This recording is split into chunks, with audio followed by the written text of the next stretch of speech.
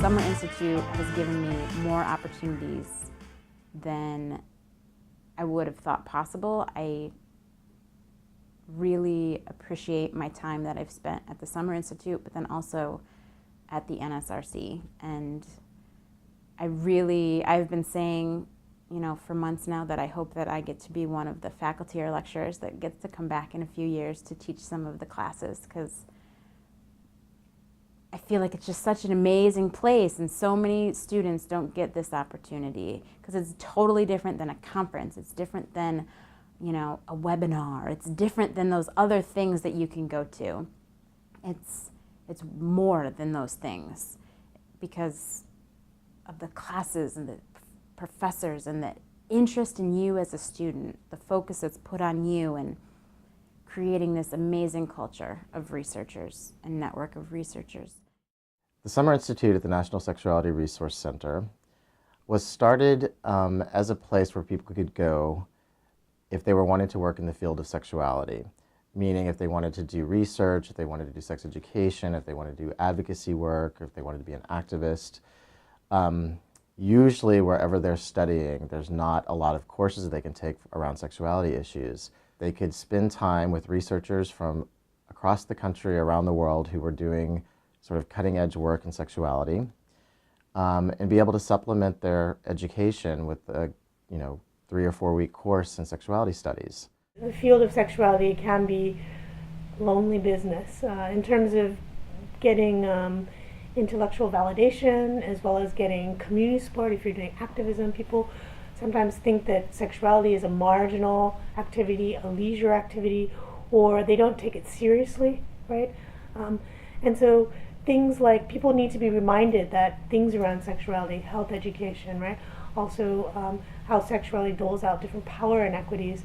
These are all very important issues.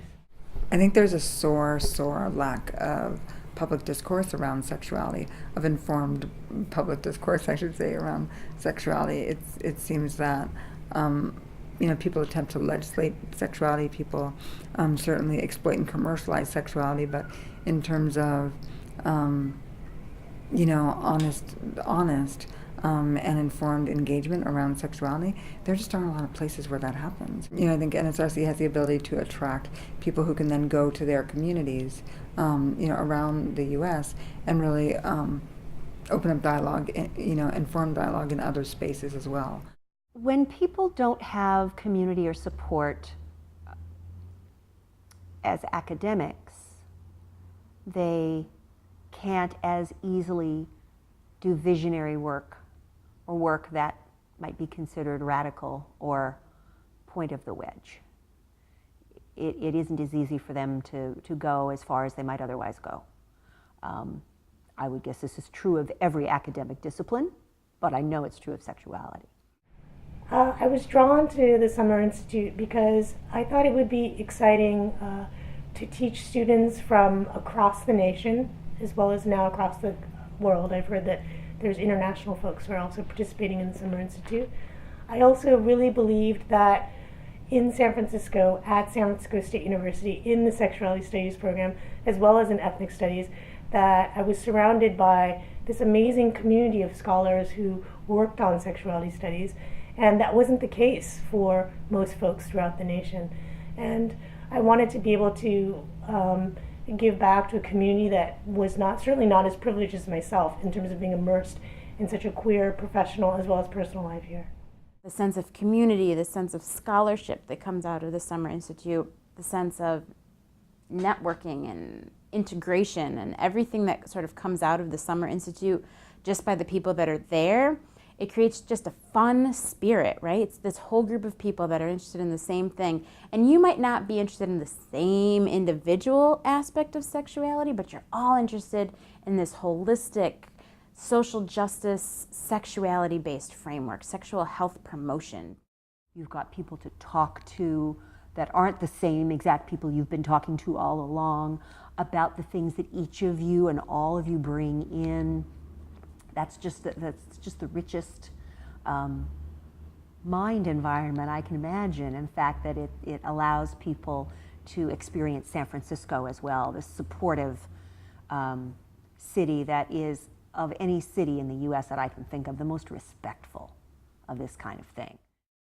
I know being in the Institute, having students coming from all parts of the world, all parts of the country, and having their mind shift a little bit is really great to see, especially when students, does our workshops around sexuality, disability, and stuff like that.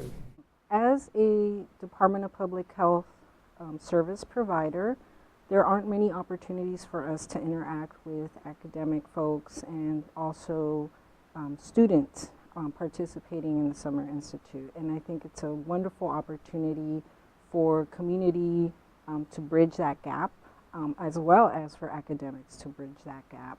There's a bunch of classes and electives where we go out into the city and meet professionals working in the field and have professionals come to us.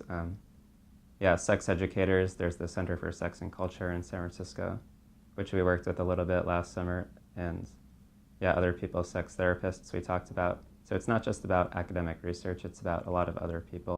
We're able to supply information to people in the community, but we're also learning a lot from people in the community. The Summer Institute benefits the community at large by really providing a support system for folks who are interested in issues of sexuality, and also providing an intellectual resource as well. So both in terms of making people feel not alone, making people feel like their work is valuable, as well as finding other folks that they can have important discussions around sexuality, resolve difficult issues around research, around education and activism. These are all important tools that the Summer Institute brings to folks who attend. I think the relationships that are established when folks participate in the Summer Institute can be lifelong relationships. I think people really come to the Institute with expectations of having an experience to learn and grow professionally and intellectually. And I think because that's the expectation and that's kind of the setting, it creates these situations where folks meet, they stay connected, and there's just this kind of creativity that kind of happens just from those relationships. Generally speaking, most people don't go to career day in elementary school saying that they're going to be a sex educator or be a sexuality researcher. It's something that you discover along the way. They decide to make careers in studying sexuality because they believe that they can make the world a better place, and so that other people won't be harmed by society and by laws and by culture, because sexuality can be painful. That means that the people who come are amazing, special people who've chosen to pursue careers in sort of an unorthodox way, and often at the rejection of their family, of their peers, and people not really understanding what they're doing. So when they come to the Summer Institute, it's the first time that they feel supported and that they feel loved and they feel respected with regards to their work. And the experience of seeing that happen and watching these people come in, often a little nervous, not knowing what to expect, sometimes a little deer in headlights, and watching how they evolve over the few weeks that they're here, the relationships that they build is amazing. And it's indescribable to explain how it feels to watch it happen. And for me, that's one of the most important parts. And at the end, the projects that come out of the Summer Institute are some of the most inspiring things that I've ever seen. And I know that these people are going to go out and do amazing work in the world. And that's why I do it. It's vital, really vital for all of our collective humanity, that there are places like NSRC where we can really engage with the truth of what it means to be alive, to be human, which includes our sexuality, not to vilify our sexuality or to have concept of sexuality be manipulated for political gain. The Summer Institute and other entities like it, of which there are practically none, but when I say that, I also mean going to conferences and going to sex-positive student organizations in universities, places like that, are the places where they're the crucible of the future as far as the thought of our field is concerned, and that's extremely important to me. I love the Summer Institute. It's the whole reason that I came to this program in sexuality studies. It's the whole reason that I'm at the job I'm at now. I think the Summer Institute is amazing. And I'm not saying that because I work here. I work here because I feel that, which I think is a really important distinction. The Summer Institute is what brought me initially to San Francisco, and then I found the Sexuality Studies Master's program and realized if that meant that I could be there, that means this is really important. And so, I don't know, it's unlike anything I've ever participated in before, and I hope to actually remain involved in it for many years to come.